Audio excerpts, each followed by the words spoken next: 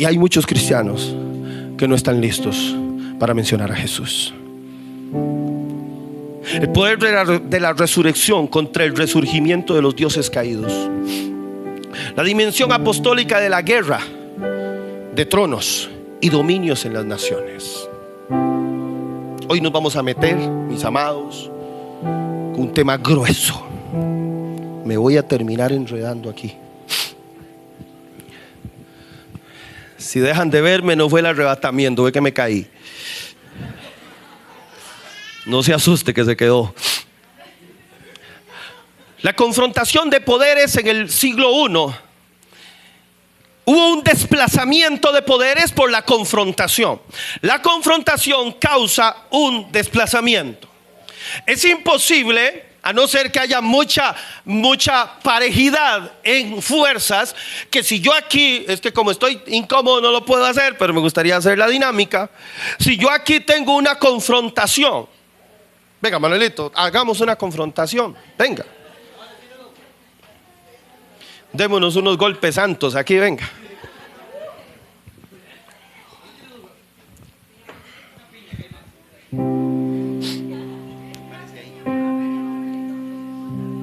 Hay una confrontación, póngase frente a mí.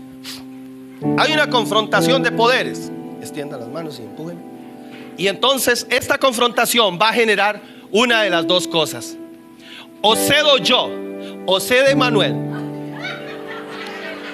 Pero no puede ser que nos quedemos en el mismo punto por mucho tiempo, porque si nos quedamos en el mismo punto por mucho tiempo, no los dos no tenemos la misma resistencia, y el que se canse primero va a tener que ceder. La confrontación de poderes trae consigo un desplazamiento de gobierno. La confrontación de poderes desplaza el gobierno.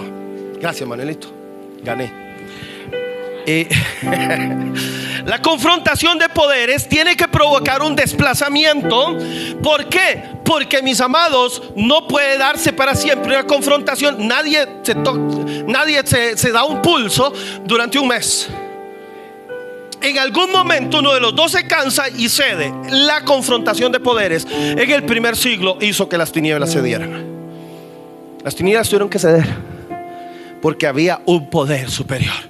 El poder del Espíritu Santo estaba moviéndose, operando y manifestando los portentos de Dios como nunca antes se había visto. Nunca, no se habían dado milagros del nivel que se estaban dando.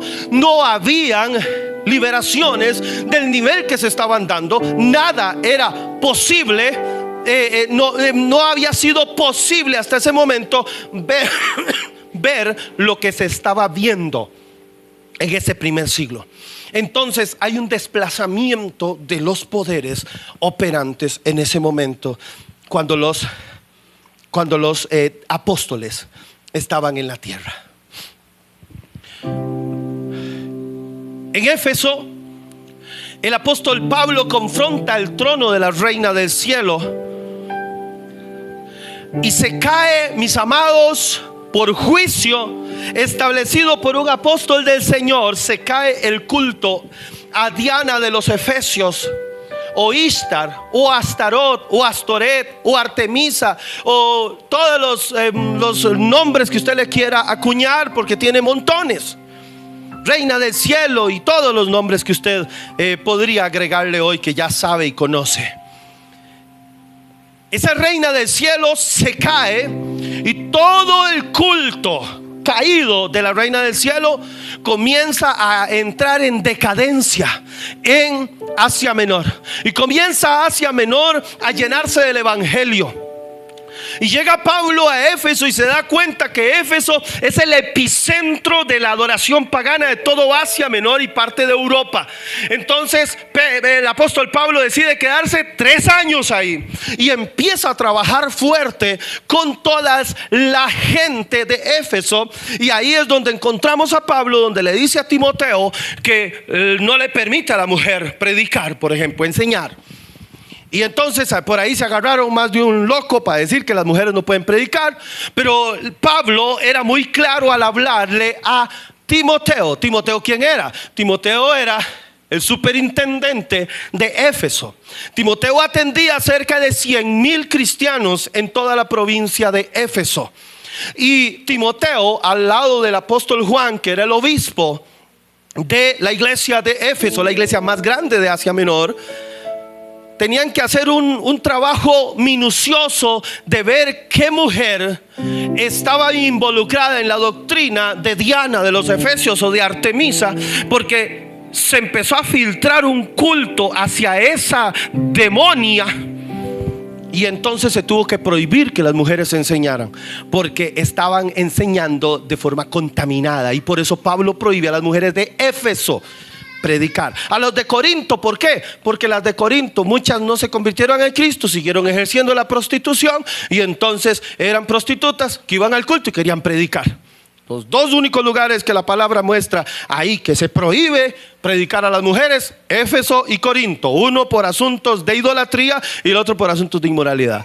Pero aparte de eso, mi hermano, las mujeres pueden ejercer el pastoreo, pueden ejercer la predicación, pueden ser más usadas que un mismo hombre. Hay mujeres, mis amados, que Dios las usa de forma extraordinaria, y todas las mujeres, cuando se convierten a Cristo, pueden llegar más lejos de lo que siquiera se imaginan. Así que usted, mi amada, fue llamada también por Dios para ser una voz profética en este tiempo y para levantar el nombre de Cristo y establecer el reino en la tierra, el reino de los cielos en la tierra. Pablo se enfrenta también en el centro del humanismo y el culto al ego, allá en el Areópago, en Atenas. Se encuentra también y confronta el existencialismo, el humanismo y todo este montón de corrientes filosóficas propias de los griegos, que siempre querían oír algo nuevo. Por otro lado, se enfrenta también en Filipos.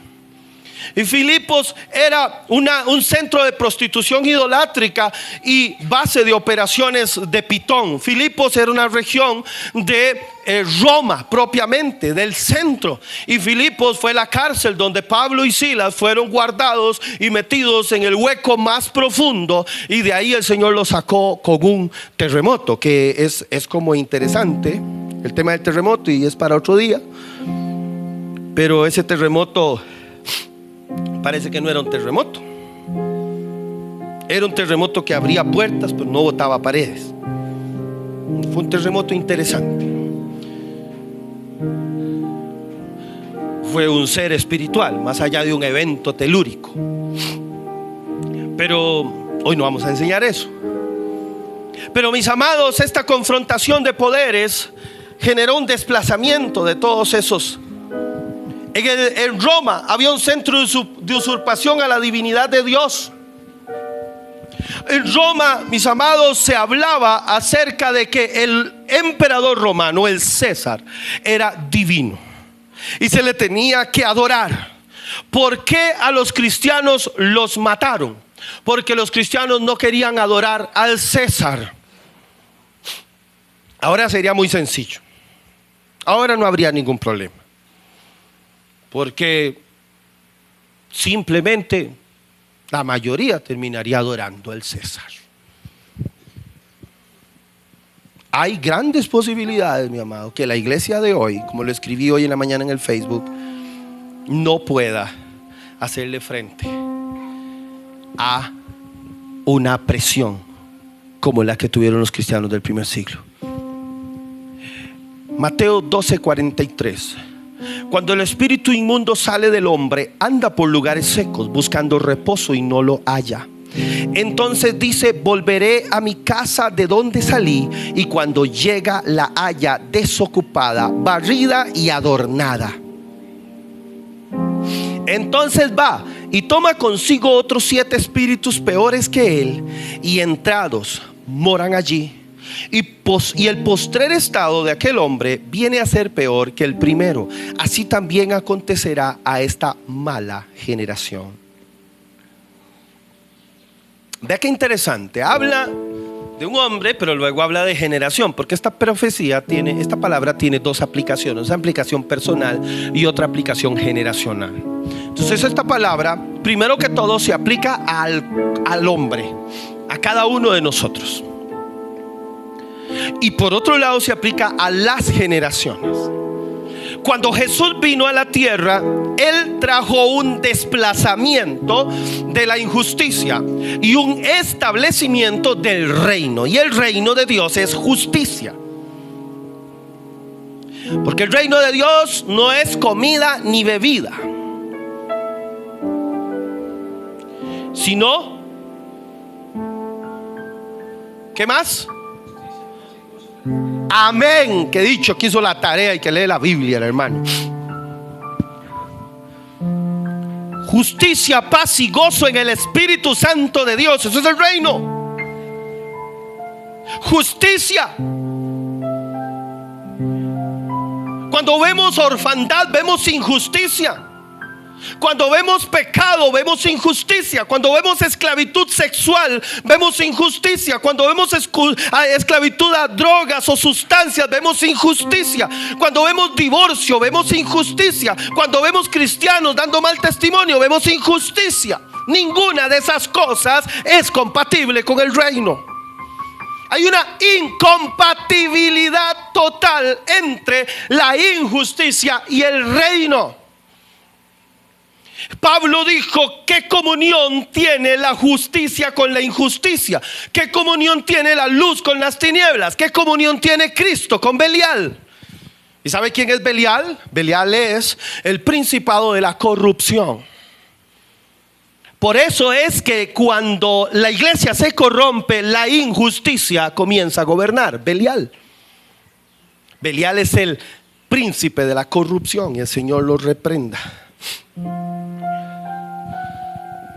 Ahora, vea, mi amado,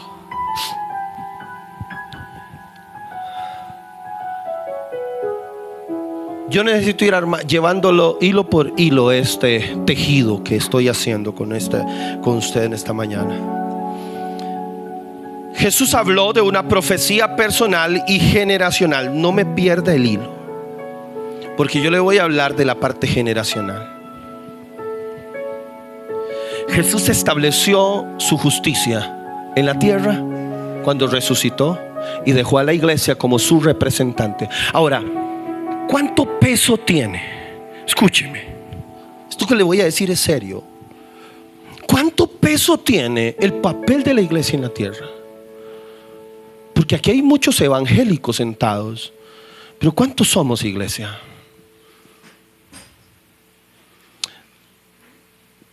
Usted no es hijo de Dios porque hizo una oración de fe y repitió como una lora algo que le dijeron. Usted es hijo de Dios porque Cristo se le reveló, le manifestó su naturaleza caída, lo confrontó con su realidad espiritual y lo llevó a tomar una decisión. Esto no se trata de que usted sea hijo de pastor o nieto de un fulano. Dios no tiene nietos ni sobrinos, solo tiene hijos. El asunto de si soy o no hijo tiene que ver con cuál es la relación que yo tengo con Él, qué tan cerca estoy de Él y cuánto yo me expongo a su presencia. Hay cristianos que no se exponen a la presencia de Dios, se exponen al pecado, se exponen a la corrupción, se exponen a toda clase de basura, pero no a la presencia de Dios. Entonces hay que entender el papel que juega la iglesia. ¿Cuál es el papel que juega la iglesia aquí? El papel de la iglesia es que la iglesia es el representante del cielo en la tierra, la voz profética de Dios en la tierra. Somos el eco del cielo. Eso es la iglesia. La iglesia es una asamblea de jueces. Y no estoy hablando de andar juzgando al hermanito porque hizo esto o aquello. No, nosotros somos jueces de los espíritus inmundos que operan en el segundo cielo. Ese es el nivel de justicia que nos asiste.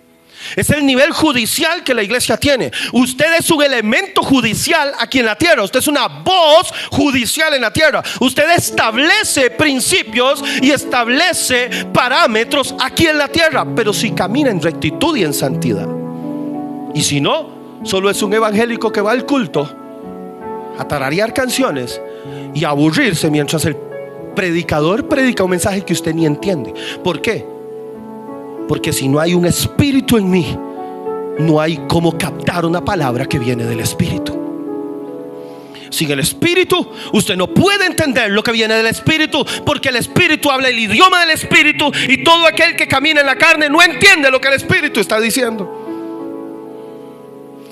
Y por eso muchas veces la gente se siente atacada. Y por eso la gente va a los cultos donde los animan. Yo aquí los desanimo. Porque a mí Dios no me llamó a animar a nadie. Para animar estaba Cepillín y todos esos payasos. Yo no. Yo entiendo algo, mi amado. El Señor nos entregó algo muy valioso. El poder, diga conmigo, Dios nos entregó. No vinieron. Dios nos entregó el poder de la representatividad. ¿Qué significa eso? Significa que yo soy representante de Dios en la tierra. Y para representar a Dios en la tierra tengo que comportarme como se comportó Jesús. Ahora la pregunta es, ¿cuántos nos comportamos como Jesús? No me diga amén. Ahora, ¿cuántos estamos todos los días tratando de acercarnos un poquito más a parecernos a Jesús? Porque, mis amados, esto es algo importante lo que les estoy diciendo, porque hubo un momento en el que la iglesia sí entendió cuál era su papel. Y esto que usted ve aquí, eso que usted ve ahí, esa cosa tiene 20 metros de alta, 6 metros de diámetro. Es la única que quedó en pie de 127 que eran 127 columnas alrededor de el templo de la diosa Artemisa, de la diosa Diana de los Efesios. Eso fue lo único que quedó en la desolación y en los terremotos que sacudieron Asia Menor, hasta que no quedó nada. Había una estatua de Zeus que pesaba toneladas ahí metida. Ese lugar fue desolado y ahora solo es. ¿Por qué Dios permitió que quedara esa columna parada? Para que a nadie se le olvide el poder de la iglesia, el poder de la representatividad está manifestado en un memorial como ese en Asia Menor, allá en Turquía. Yo no sé si ahora que venga la guerra que va a devastar todos esos países, este memorial va a quedar en pie. No sé. Lo cierto es que ahí está erigida una sola columna de 127 columnas de 6 metros de diámetro por 20 metros de altura, que rodeaban todo el templo de esta diosa. ¿Qué pasó entonces?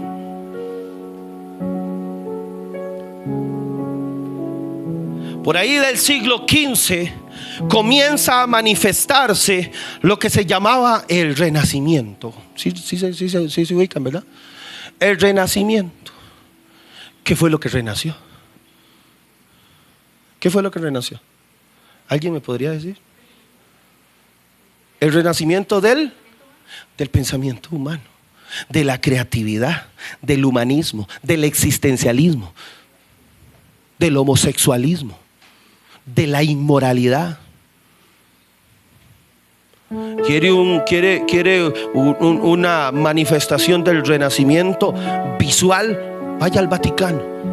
Ahí está, ese es el templo del renacimiento.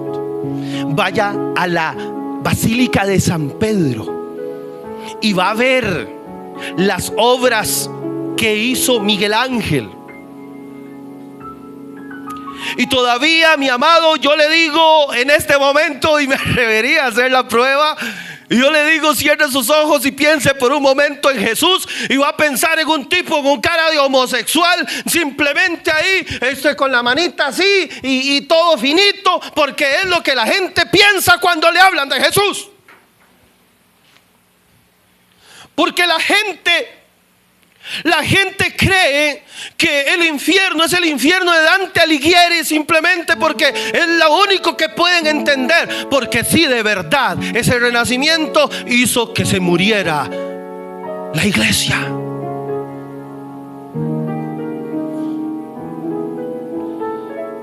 El renacimiento provocó un alejamiento profundo de Dios y empezó la iglesia a caer en una continua decadencia sistemática pero imparable.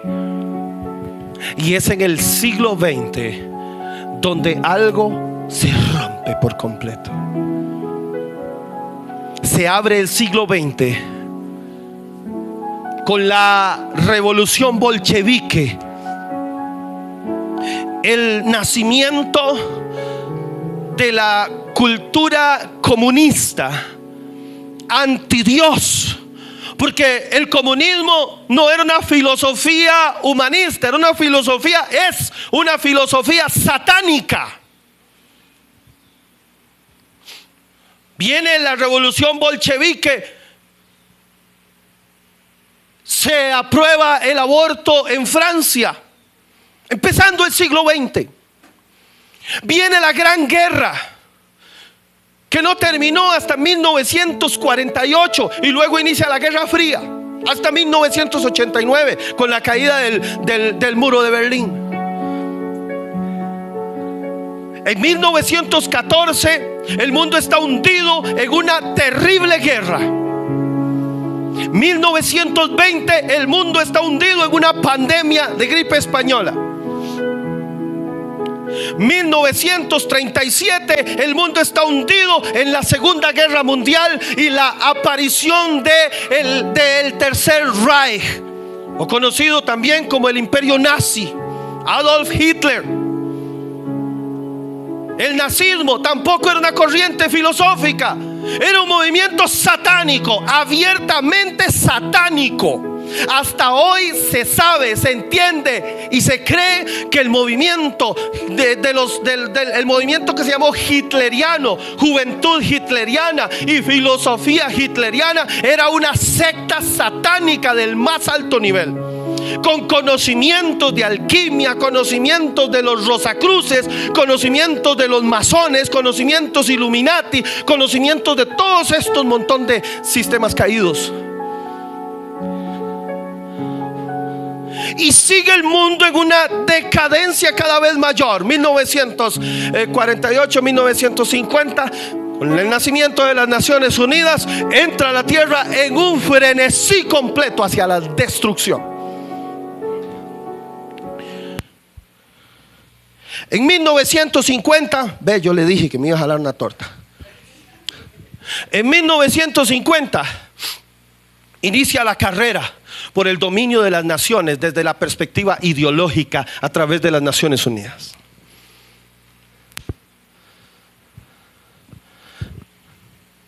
Y comenzamos a olvidar las glorias en las cuales nosotros habíamos estado participando como iglesia. La iglesia desplazó a los principados de las naciones durante siglos, pero toda silla de autoridad que se deja vacía vuelve a ser ocupada. Siglo XX es el siglo en el que el hombre sacó a Dios de su vida, de su educación, de su familia y de su gobierno. En el siglo XX al hombre se le ocurre que es mejor creer lo que Nietzsche decía, que es mejor creer lo que Freud decía, que es mejor creer lo que Charles Darwin decía, que es mejor creer lo que todo este montón de creadores o padres del humanismo habían establecido en sus posturas. Y era mejor escuchar una disertación de hombres como Francisco Petrarca que escuchar una predicación del evangelio. Porque la iglesia durante la decadencia del Renacimiento y la Edad Media se le prohibió manifestar al Espíritu. Y era una iglesia sin Espíritu, era una iglesia sin unción, era una iglesia sin gloria. Y una iglesia sin gloria es una iglesia sin futuro, es una iglesia que no tiene ningún sentido. Una generación sin gloria es una generación sin Dios, y una generación sin Dios no tiene siquiera por qué existir.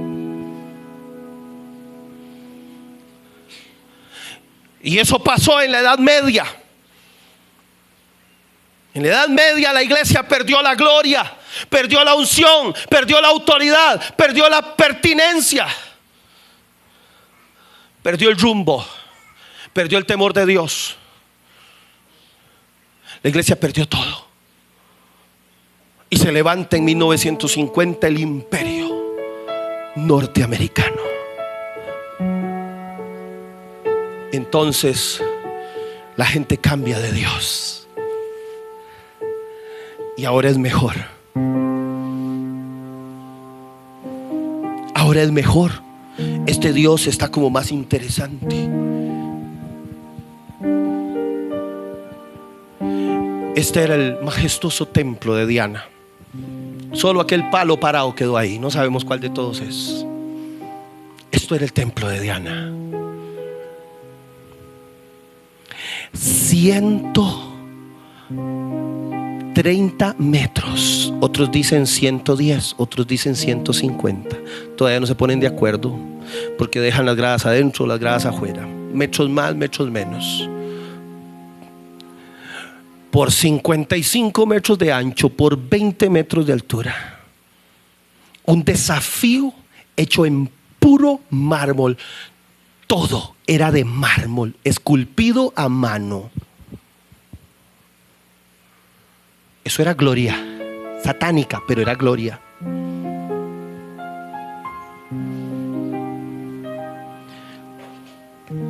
Y ahora nosotros no podemos ni pintar ese piso. Y los endemoniados hicieron un templo de ese tipo. Algo no anda bien. ¿Será? ¿Cómo puede ser? Es que Satanás les da dinero. No, de Jehová es el oro y la plata, no es del diablo. El diablo solo es un pobre diablo, no tiene nada. Aleluya. Fluya, fluya, Débora.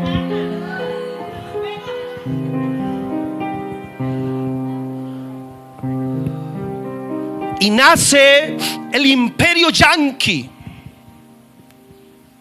Mamita Yunai, dijo Calufa. Buen libro. Nace Tío Sam. Y se acelera la decadencia. Estados Unidos se resfría y nosotros estornudamos. Porque Estados Unidos es una nación profética. Cuando Dios saca a Israel de la ecuación,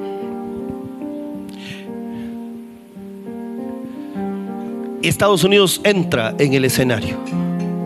¿Por qué? Porque Israel es una nación naciente. 1948, 14 de mayo, Israel es declarado Estado independiente. A partir de ese momento, Israel empieza a reconstruir. Y Estados Unidos empieza a emerger. Pero Estados Unidos emerge con todo el dinero de los judíos sionistas. Es otro tiempo, otro día. Todos eran masones, endemoniados hasta la médula.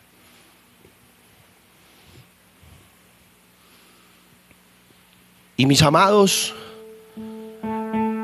resurge el culto a las tres deidades más importantes de la antigüedad, contra las cuales hoy estamos llamados a descender al valle, a pelear y derrotarlas. Y eso no va a ser sencillo, pero va a ser posible.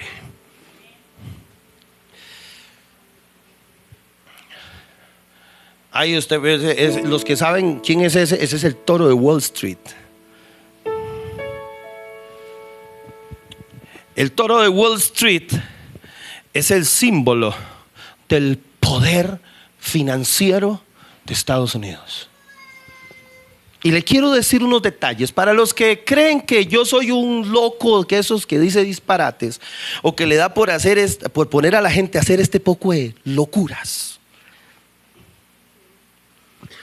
Seguro dice la gente, algunos muchachos aquí que han ido a otras iglesias, que saben que en otras iglesias sí son normales, aquí no somos, ni queremos serlo.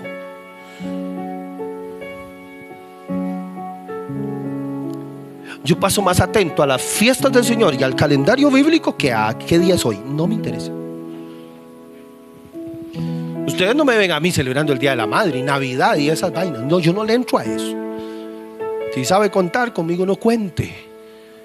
Pero saben que sí paso atento, así, al calendario de Dios. ¿Saben por qué? Porque el calendario de Dios es lo más profético que existe en el universo.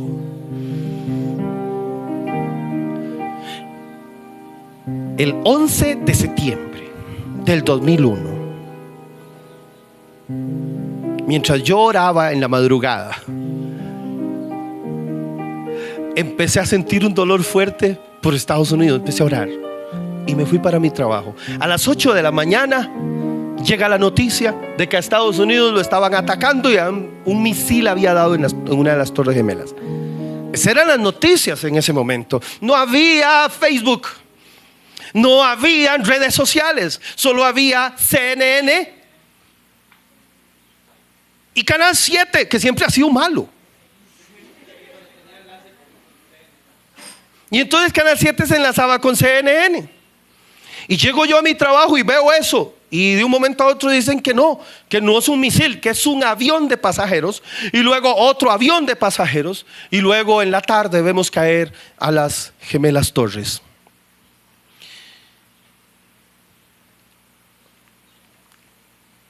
¿Qué sucedió ese día? 2001. En el centro financiero. En el centro financiero de los Estados Unidos estaba en ese momento estableciéndose un juicio. Y la gente dice, sí, pero ellos mismos les dicen, no importa, se cayeron. Y eso hizo que la bolsa se cayera. Y eso trajo un caos alrededor del mundo, como quiera que fuera, provocado o no, fuera Bin Laden o no. No vamos a hablar aquí de ese tema de conspiración y de eso, no vamos a hablar de eso. Vamos a hablar de eventos proféticos. ¿Sabe por qué? Porque ese era el día 29 del mes de Elul. El mes de Elul. El 29 de Elul es el día del juicio de la Shemitah. En la Shemitah son los 50 años. Cada 50 años hay una Shemitah, son los jubileos. Y cada 50 años la tierra tiene que descansar y honrar a Dios y devolver todo lo que le ha sido entregado. Y no había nunca Estados Unidos honrado a Dios. Y no tenía la intención de hacerlo. Y sufre un juicio de la Shemitah. 7 años después, 2008, 29 de Elul, últimos días de septiembre, porque siempre se mueve el calendario hebreo, el calendario civil nuestro, se mueven. ¿Por qué? Uno es lunar y el otro es solar matemático. 29 de Elul, 8 años después, ¿qué sucede? La más grande caída financiera que ha tenido la bolsa de valores en Wall Street, 2008, cuando hasta hoy no nos hemos podido levantar de ella. Hasta hoy Estados Unidos cada día tiene más indigentes en la calle. California, el estado más poderoso de Estados Unidos, donde está Hollywood, ahí la gente vive en las calles. Por cientos de miles se cuenta la gente en las calles viviendo. Unos viven en sus vehículos, los que están mejor.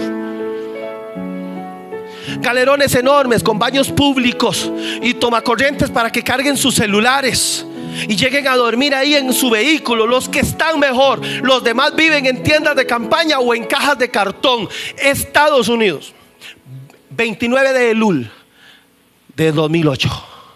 7 años después exactos de la caída de las torres. ¿Qué sucedió ahí en las torres? Exactamente en el World Trade Center se consagró la nación de los Estados Unidos por George Washington. George Washington consagró a Estados Unidos y dijo: el día que esta nación se separe de Dios o abandone los principios de la Biblia, será castigada con severidad, Porque no se puede gobernar una nación sin Dios y sin una Biblia. Eso dijo George Washington cuando se estableció la capital de los Estados Unidos, que no era Washington, era Nueva York. Todos los edificios donde estuvo toda esa concentración y dedicación se cayeron. Solo quedó uno. ¿Saben cuál fue el edificio que quedó en pie? La capilla. Búsquelo, googléelo. La capilla donde George Washington consagró a Estados Unidos a Dios quedó en pie. ¿Y qué dijo Estados Unidos? Recitó lo que dijo Israel en Isaías capítulo 9. De los ladrillos que derribaron levantaremos piedras esculpidas, y de los bojes que botaron levantaremos cedros, dijo Estados Unidos. No se arrepintió. Eso fue lo que dijo Israel cuando sufrió un atentado terrorista de Babilonia. No se arrepintió. Y aquí es donde entramos, mis amados, en el punto al que quiero llevarlos. Solo le he mostrado un poco de historia contextualizada en la Escritura. La Trinidad del mal. El primer ser caído que forma parte de la Trinidad del mal es Baal. Baal, el Señor, el dueño, el apoderado, el maestro, el poseedor. Eso significa Baal. Es el espíritu principal. Domina a las potestades y gobierna las naciones, manteniéndolas atadas a él mediante la adoración pagana basada en la confianza en las riquezas y el dominio. Jezabel es su principal potestad. Moverá a las naciones a olvidar a Dios. Desde los años 60 comenzó su proceso sistemático para que se hagan abandonados los caminos de Dios. La posverdad, la pluralidad religiosa, el politeísmo y el respeto al libre pensamiento. Mis amados, todos esos puntos que usted acaba de escucharme, que yo escribí ahí, son la forma en la que la sociedad moderna piensa. Pero el hecho de que la sociedad moderna piense así no hace que la sociedad moderna sea más inteligente que la sociedad antigua. ¿Sabe una cosa? La sociedad antigua tenía una ventaja con respecto a la actual. La sociedad antigua tenía temor de Dios. La sociedad de hoy no tiene temor de Dios. Y una sociedad sin temor a Dios es una sociedad estúpida. Porque en el momento que yo creo tener la razón, en el momento que yo creo, como me dijo alguien por ahí un día, ¿usted cree que yo pueda tener una querida? Y claro, pues cómo no. ¿Verdad que sí? Le digo, sí, claro. ¿Cómo no? No, usted me pregunta, ¿usted cree que yo pueda ir a tomar guaro hoy en la noche? Claro que sí. ¿Cómo no? Usted puede ir a drogarse hoy, acostarse con la vecina, acostarse con un hombre que no sé eso. Todo eso lo puede hacer, no hay problema. De todas formas, si lo quiere hacer es porque no ha nacido de nuevo. Entonces, usted no es problema de Dios.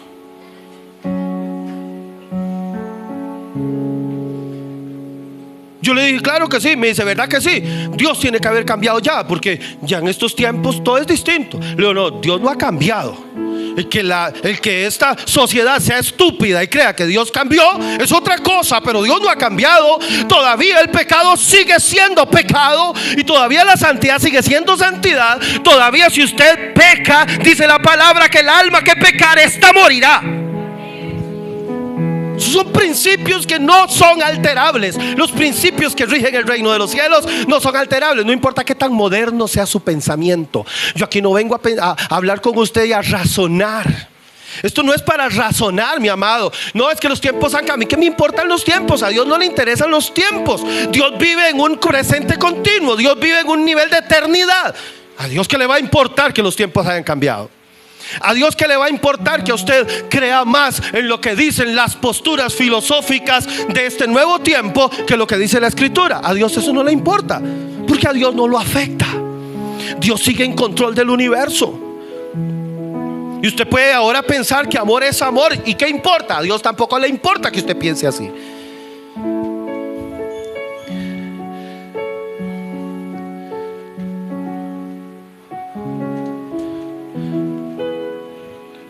La posverdad. ¿Cuál es el problema de la posverdad? Que ahora todo mundo puede tener razón. ¿Cómo hacemos? ¿Cómo hacemos? Si la posverdad dice que no hay verdades absolutas, y ya ahí se está contradiciendo, porque está estableciendo una verdad absoluta.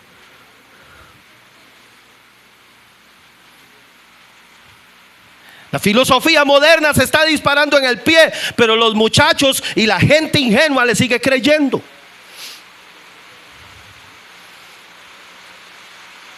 La pluralidad religiosa. Yo tengo relación con Dios a mi manera. Yo creo en Dios a mi manera. Yo hago las cosas a mi manera. Es más, yo no necesito congregarme para estar bien con Dios. Nadie puede estar bien con Dios y mal con la iglesia. Ni puede estar bien con la iglesia y mal con Dios.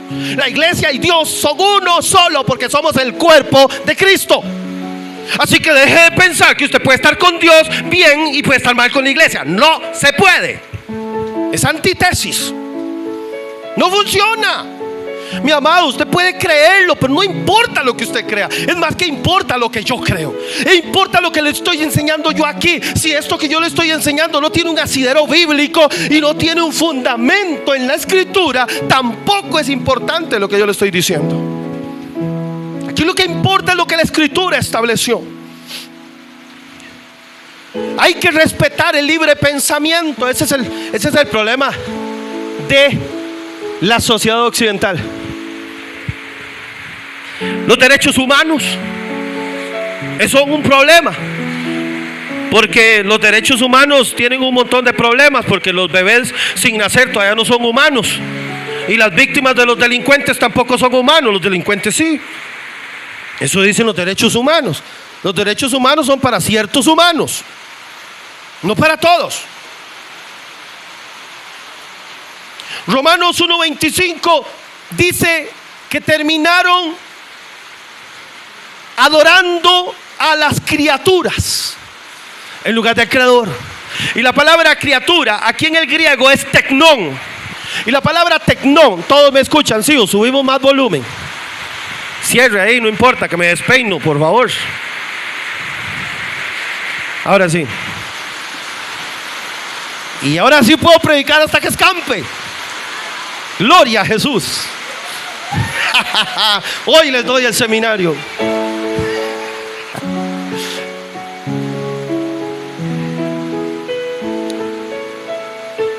La palabra tecnón es la palabra raíz de la cual se desprende el término tecnología. Y como yo he enseñado en otro tiempo que la dinámica profética de la existencia humana es una dinámica cíclica y que todo evento tiende a repetirse en un ciclo, todo lo que nosotros hacemos y las sociedades hacen y los gobiernos hacen entra en un proceso cíclico que tiende a volver a repetirse. Hoy en este momento estamos ante el resurgimiento de la izquierda. 100 años después de que apareció por primera vez la izquierda, resurge de nuevo. Y en el año 2015, en la conferencia de Pekín, se habla en un país comunista del resurgimiento de la izquierda llamado Agenda 2030 o Agenda de Objetivos Sostenibles.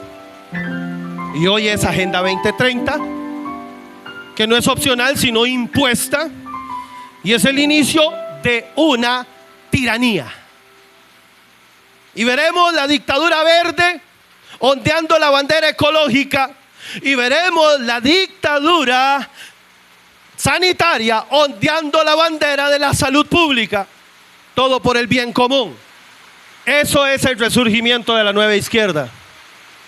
Estamos ante ese principio, pero nadie se está dando cuenta. Los colectivos que se están moviendo hoy en el mundo, los colectivos pro aborto, los colectivos pro LGBT, todo el movimiento filosófico de estas corrientes es resurgimiento de la izquierda. Y vemos ahora cómo nosotros estamos adorando a la criatura. ¿Cuál criatura? La inteligencia artificial. La tecnología. Dependemos de la tecnología. Es más, a usted ahorita se le apaga el celular y usted entra en crisis. Hay que ponerle oxígeno y todo. Usted se va de vacaciones a un lugar donde no hay wifi y usted dice: este lugar es una porquería. Usted puede estar en el paraíso, pero no tiene wifi. Esto es una basura, me estafaron. Porque hay una fuerte veneración a la tecnología. Cada día los hombres son más autómatas y las computadoras más humanas. Somos transhumanos. Ya viene el seminario del transhumanismo. En estos días les aviso qué día es. Baal es el toro. Baal, recuerden que yo di una enseñanza hace un tiempo atrás acerca del derramamiento de sangre de Baal. Baal es representado con el toro, es el dios de las riquezas. ¿A qué le tiene más miedo la gente? A quedarse sin plata.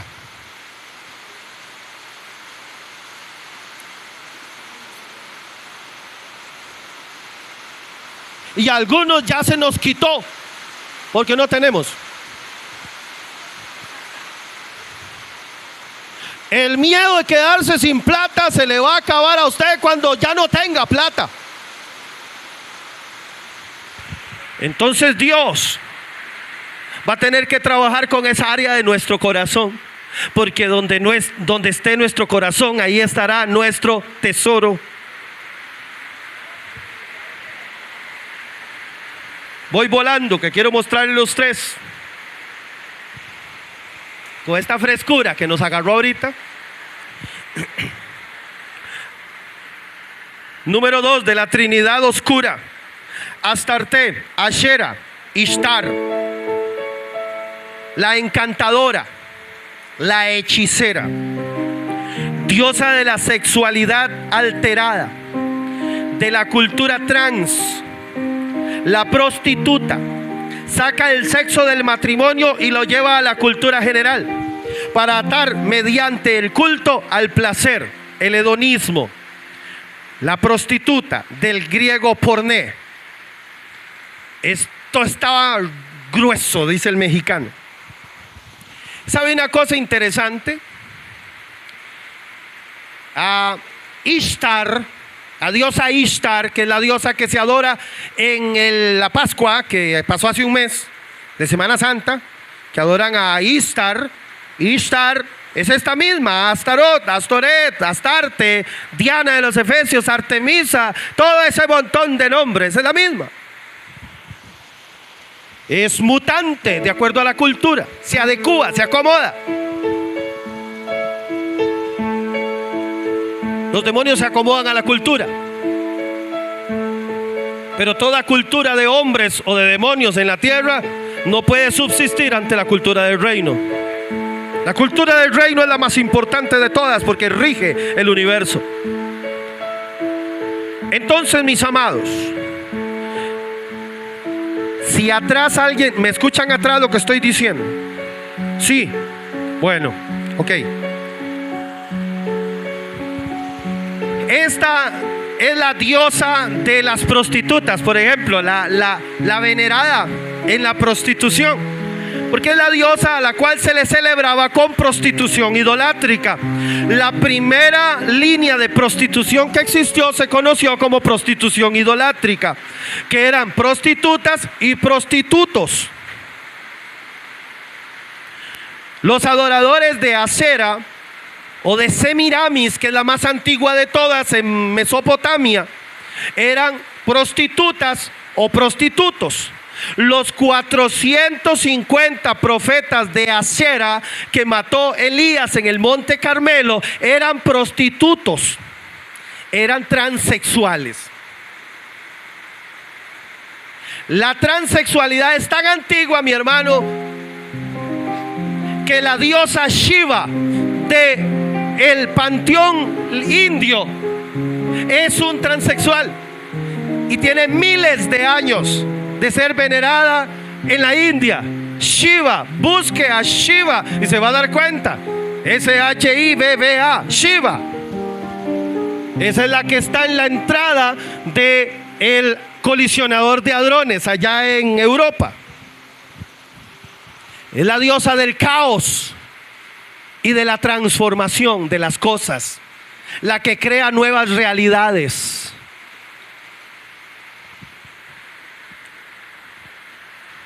¿Qué le dicen a un transexual? Le vamos a dar una nueva vida. Le vamos a cortar su pene y le vamos a fabricar una vagina. Y usted va a ser a partir de ahora una mujer. No, será un hombre mutilado el resto de su vida.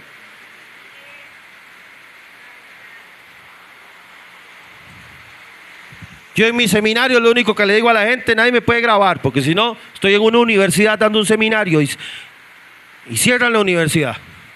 El gobierno puede cerrar la universidad, pero la verdad hay que decirla. Y hay que decirla incluso en los lugares correctos y a las personas correctas. La sexualidad alterada. La sexualidad alterada, el homosexualismo y lesbianismo se volvieron una moda, ahora está de moda. Como dijo el cubano, en los años 50 lo mataban a uno, en los 60 lo echaban de la casa, en los 70 lo metían a la cárcel, en los 80 lo empezaron a aceptar, en los 90 ya se lo aplaudían y a como va la cosa va a ser obligatorio. A como va el asunto se va a complicar tanto que usted va a estar obligado a ser gay.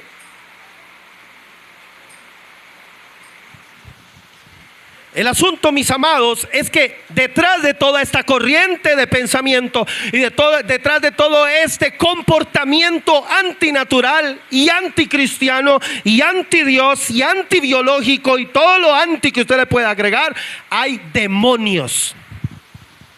A mí qué me importa que la gente piense que yo soy un extremista. No, yo no soy extremista, soy radical. Y la palabra de Dios me dice que donde hay toda obra perversa, ahí está Satanás. Y que hay más perverso que una niña de 12, 14 años teniendo relaciones sexuales. Que hay más perverso que un niño prostituyéndose por dinero.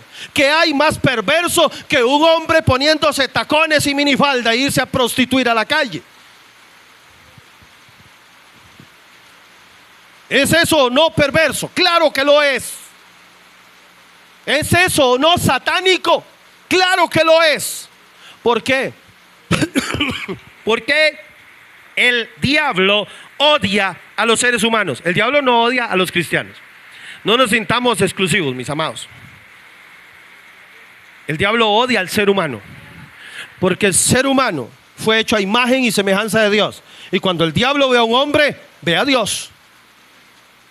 Cada hombre porta la imagen de Dios. Por eso el diablo odia a los seres humanos. Por eso el diablo a usted lo arrastra a pecar. Por eso el diablo a usted lo arrastra hacia la fornicación o el adulterio. La iglesia ya no habla de fornicación.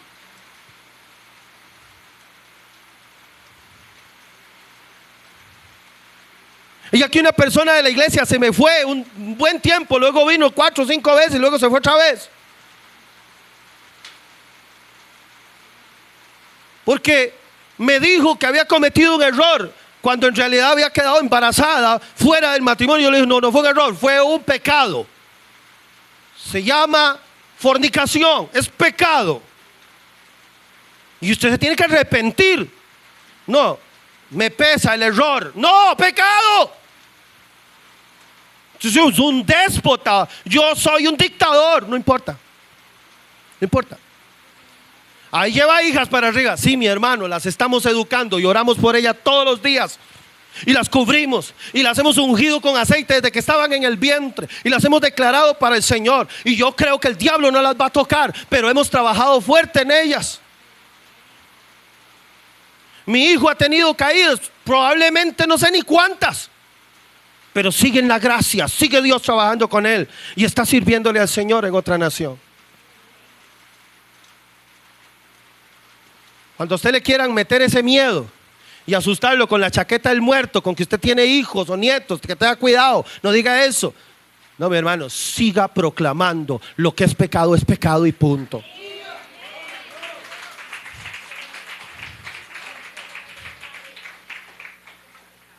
Nuestra juventud se volvió adicta al placer, quiere sentir placer, le tiene miedo al aburrimiento. Cuando están aburridos ya no saben qué hacer porque no tienen creatividad, son adictos al placer. Eso se llama hedonismo. Es un culto. Quieren tener placer y todo les genera placer. Tener dinero en las manos fácil sin trabajar genera placer. Y los muchachos solo quieren que les den de todo, menos fajazos. Placer. Los hijos andan mejores celulares que los papás. Mi hermano, mi hermana, si sus hijos tienen mejores celulares que usted, no sea tan idiota. Eso no puede suceder. Usted es el que trabaja. Usted es el que paga las cuentas y sus hijos no pueden tener mejor teléfono que usted. Los papás con un teléfono de baja gama de 80,000 pesos y los hijos con un iPhone. Porque ¿qué van a decir de mí en el cole? Que digan lo que les dé la gana.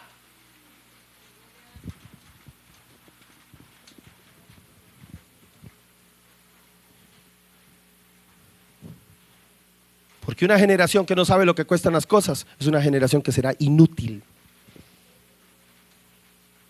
que nunca va a saber solucionar problemas y usted va a tenerlo con problemas en su casa todo el tiempo y usted tampoco sabrá cómo solucionarle sus problemas porque nunca lo enseñó. Culto al placer. La pornografía es la principal herramienta de control de Astarte sobre las naciones. La prostitución en cualquiera de sus formas debilita el matrimonio y daña la paternidad y genera divorcio. La palabra porné, que es la palabra prostituta en el hebreo, en el griego, es la palabra de donde se extrae la palabra fornicación, que es la palabra porneia, y de la palabra porneia se toma la palabra pornografía. Pornografía es la palabra griega compuesta pernosgrafos, que es la palabra de porneia y la palabra de grafos, que son y grafos en historias y porne, prostitución. Historias de prostitución y de fornicación. Daña la paternidad, debilita el matrimonio y provoca divorcio. Divorcio generacional y divorcio matrimonial. Es la enemiga del diseño. Esta palabra no les gusta a las feministas. Sorry si aquí hay alguna. Es la enemiga del diseño heteropatriarcal. Y me gusta usar esa palabra. ¿Sabe por qué? Porque el diseño heteropatriarcal es el diseño original de Dios. Dios estableció a la familia y como base de la familia hay un hombre que es el proveedor y es el protector de esa casa. Eso se llama diseño heteropatriarcal. El patriarcado no está en la tierra para oprimir, sino para cumplir el propósito de Dios.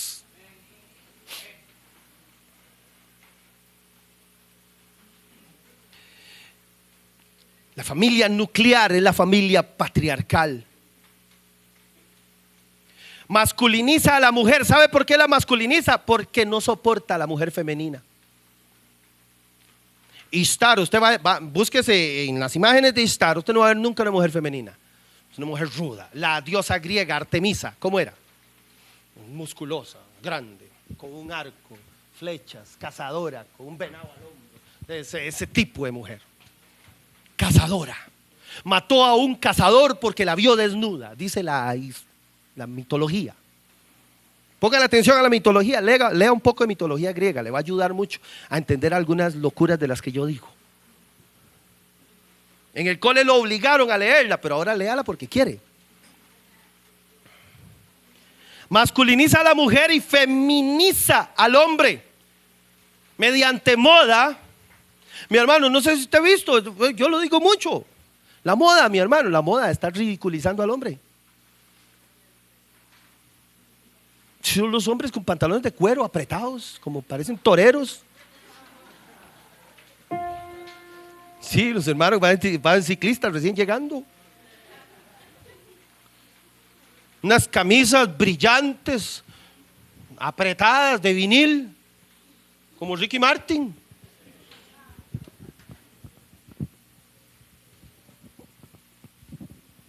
Los desfiles de moda. Usted ve los desfiles de moda, mis hermanos, de Prada y todo este montón de endemoniados de la élite. Usted los ve y dice, pero esa ropa nunca llega aquí. Es que no es que ellos están mostrando la moda que sigue, que es lo que se va a vestir. Es un concepto filosófico.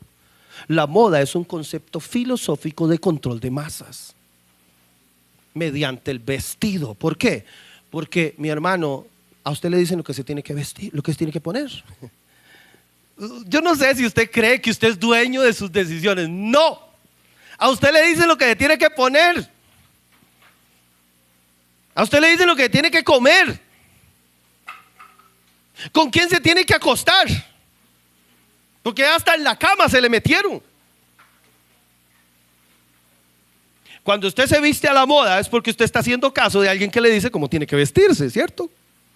Y usted dice, es que yo hago lo que quiero. No, usted no hace lo que quiere, usted hace lo que le están diciendo que haga.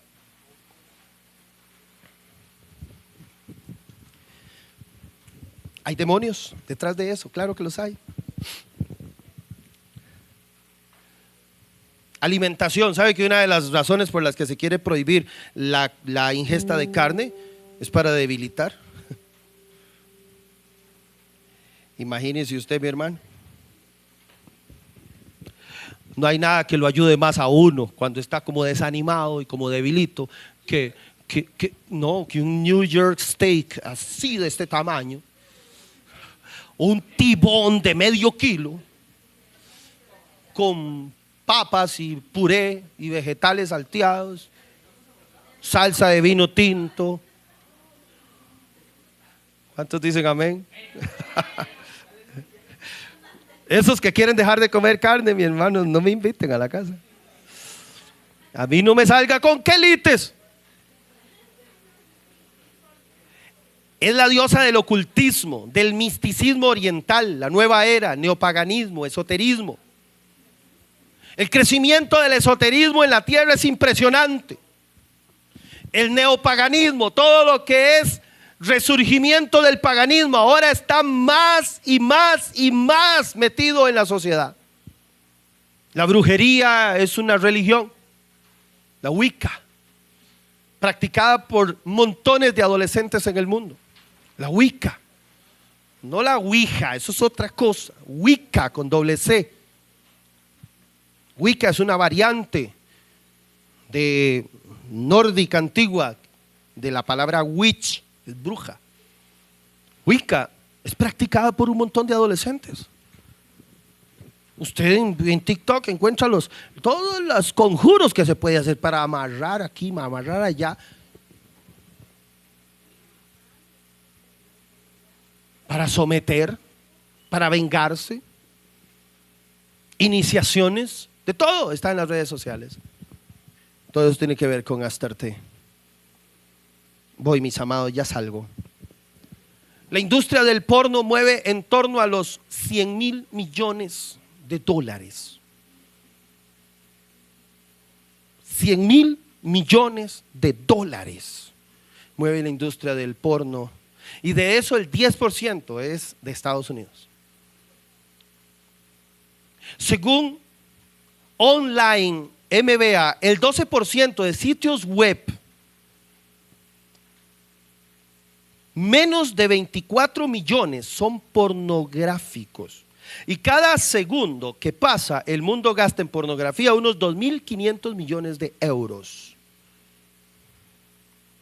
Desde el año 70 hasta el 2020 hubo un aceleramiento de los niveles de intensidad extremo en la industria. Durante la pandemia se disparó el consumo a causa del encierro y el surgimiento de plataformas como OnlyFans, entre otras. OnlyFans se convirtió en el emprendedurismo número 1 de las jovencitas. Ahora una modelo ya no la llaman, ya no la, como dicen en México, ya no la pelan. Entonces se abre un OnlyFans. Britney Spears decidió dedicarse a OnlyFans porque ya nadie la contrata para cantar. Y montones. En el 2020, la industria de la prostitución a través del OnlyFans sufrió pero fue un pico acelerado, y montones de niñas están dentro de este flagelo.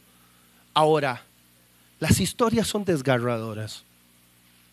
Una niña jovencita de 18 años se entera que el consumidor principal de su OnlyFans de contenido explícito era su papá. Con seudónimo y con todos los códigos para no darse cuenta, para no ser descubierto. Ella se dio cuenta que era su papá y no es la única. Algunas es el padrastro, otras el hermano mayor.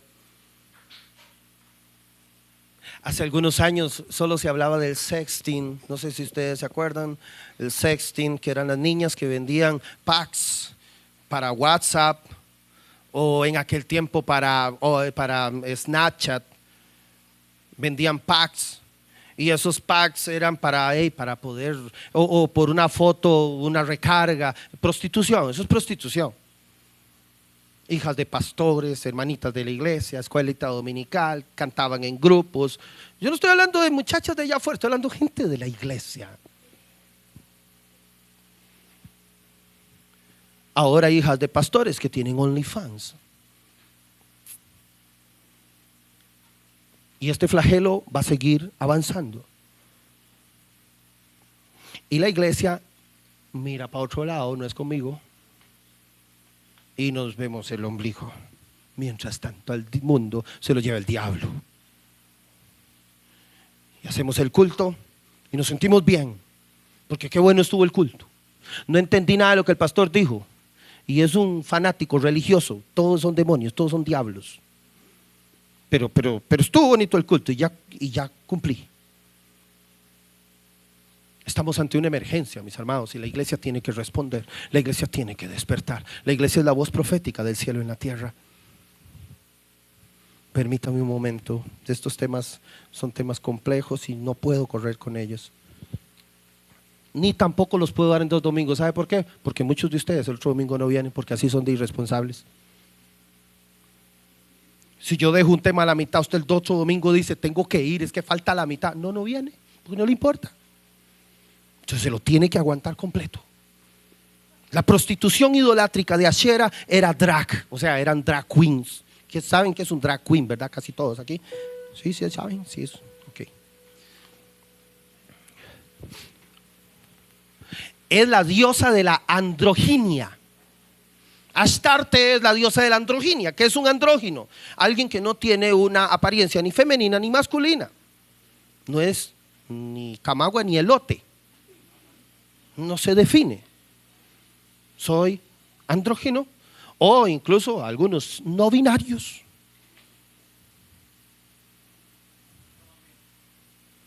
Hay un fenómeno que lo hemos dicho en algunos seminarios, como por ejemplo el hermafroditismo, que es otra cosa, y yo tengo una explicación científica y genética de por qué se da el hermafroditismo.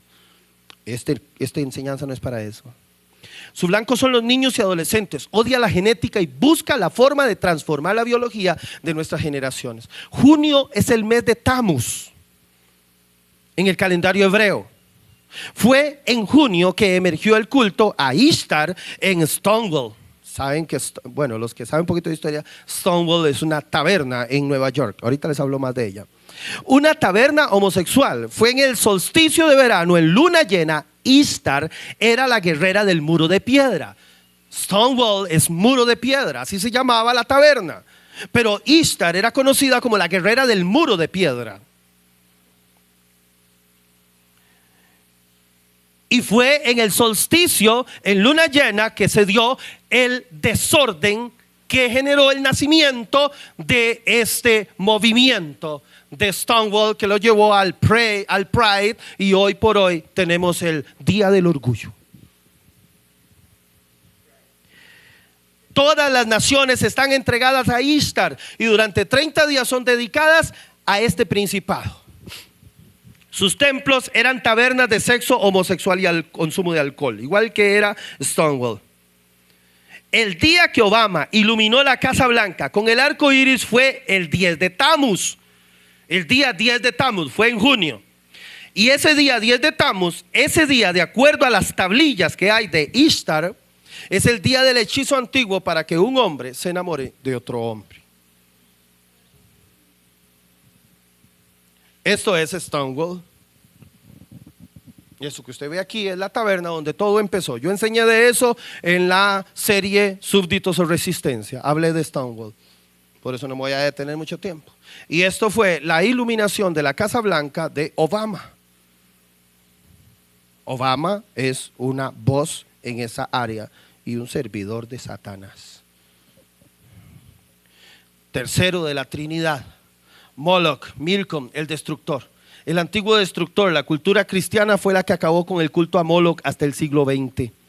Desde la antigüedad los niños de las familias pobres eran los principales víctimas de Moloch y hoy sigue asociándose la maternidad con un obstáculo para la realización personal de la mujer. ¿Qué es lo que le dicen a las mujeres con respecto a la maternidad? Si usted tiene hijos, se detiene su progreso.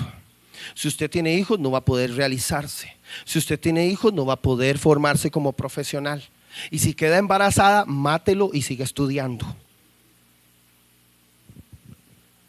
La creadora o fundadora de Planned Parenthood era una bruja asquerosa, seguidora directamente de todo el culto de estos dioses.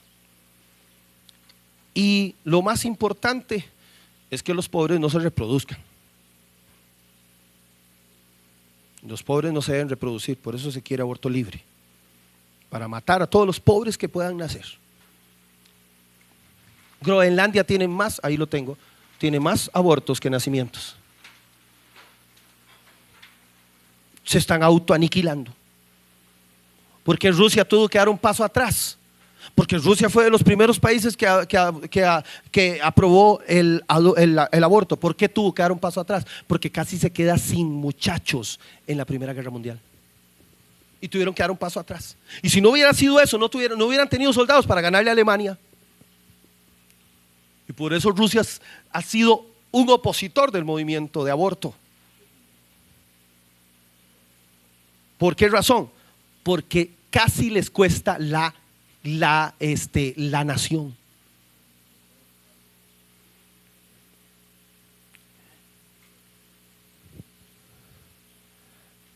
Desde la legalización del aborto mueren cerca de 73 millones de niños en el mundo. Y en guerra solo 20. 53 millones de seres humanos más han muerto desde que se legalizó el aborto hasta hoy en guerras. 53 millones más de niños abortados de lo que han muerto en guerra. Y usted ve que hay un montón de muertos, ¿verdad? Y usted se rasga las vestiduras, tal vez con Gaza y con Ucrania. Y qué terrible, un montón de proabortistas que están en contra del movimiento de Gaza, yo no voy a hablar de eso, mi hermano. Lo que Israel está haciendo no tiene nombre, pero yo no voy a hablar de eso. Es que hay un montón de gente doble moral que se rasga las vestiduras viendo lo que pasa en las guerras y no entiende que son proaborto, y hay miles de niños que están muriendo en este momento y no tienen opción ni tienen cómo defenderse. Eso es cruel, eso es injusticia, eso es demoníaco. En Groenlandia hay más abortos que nacimientos. La resurrección del gigante, de la tolerancia a la imposición. Los que dicen ser tolerantes hoy o piden tolerancia son los que quieren imponer su filosofía. Los que dicen ser tolerantes, mi hermano, no van a tolerar a alguien que hable de Jesús. Si usted no piensa como ellos, dejan de ser tolerantes. Si no, haga la prueba. Váyase al desfile de Pride y predíqueles de Cristo. Le vuela un fuego ahí.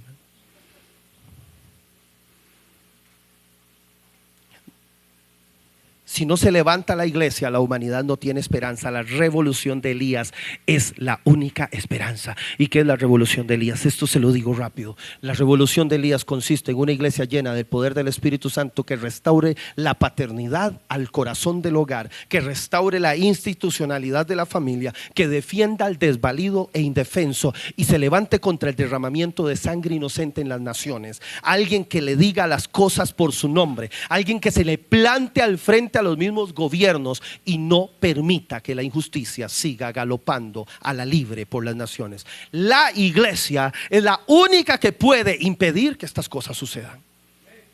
Si la iglesia no levanta su voz y se pone en pie, habrá sido en vano su existencia y su permanencia en la tierra. La iglesia, si no hace lo que le toca hacer, es una inutilidad, es un adorno feo en la tierra. Es un mueble viejo inútil que no sirve para nada en la tierra. Usted no está aquí en la tierra para ser profesional y hacer plata. Usted no está aquí en la tierra para tener éxito en los deportes y éxito en todo, mi hermano, y fracasar como hijo de Dios. Si usted fracasa como hijo de Dios, ningún otro logro tendrá sabor ni color. Porque mi asignación primaria en la tierra es representar el cielo y dejar en alto el nombre de Jesús. Y si no logro eso, no importa si llego a ser el presidente de la nación. No soy más que un utensilio inútil en la casa. Eso soy, nada más. Hay una anunciada revancha contra la iglesia. Mi hermano, el diablo viene contra la iglesia. Es una noticia que le quiero dar en esta mañana para que usted se vaya contento para la casa. El diablo va contra usted, va contra su casa, va contra su matrimonio, va contra sus hijos, va contra sus generaciones. El diablo está cabreado. Pero Cristo tiene victoria sobre nosotros.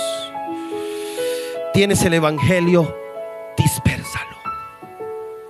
Tienes la verdad, proclámala. Tienes la luz, brilla. Tienes el poder, úsalo. Tienes las armas, pelea. Este es el tiempo de que la iglesia resucite como un gigante que tiene algo que ofrecer a las naciones de la tierra. Póngase de pie. Y vamos a orar en este momento. Y quiere el Señor que se despierte en nosotros un celo profundo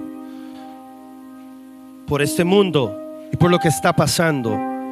Y nos levantemos en autoridad contra las obras del enemigo. Pero ya no zapateando y levantando polvo, mi hermano, sin decir cosas y diciendo cosas sin sentido. Esto no se trata de eso. Esto es un asunto de creer que Dios cuenta conmigo y de conocer la forma en la que el enemigo está operando. Levante sus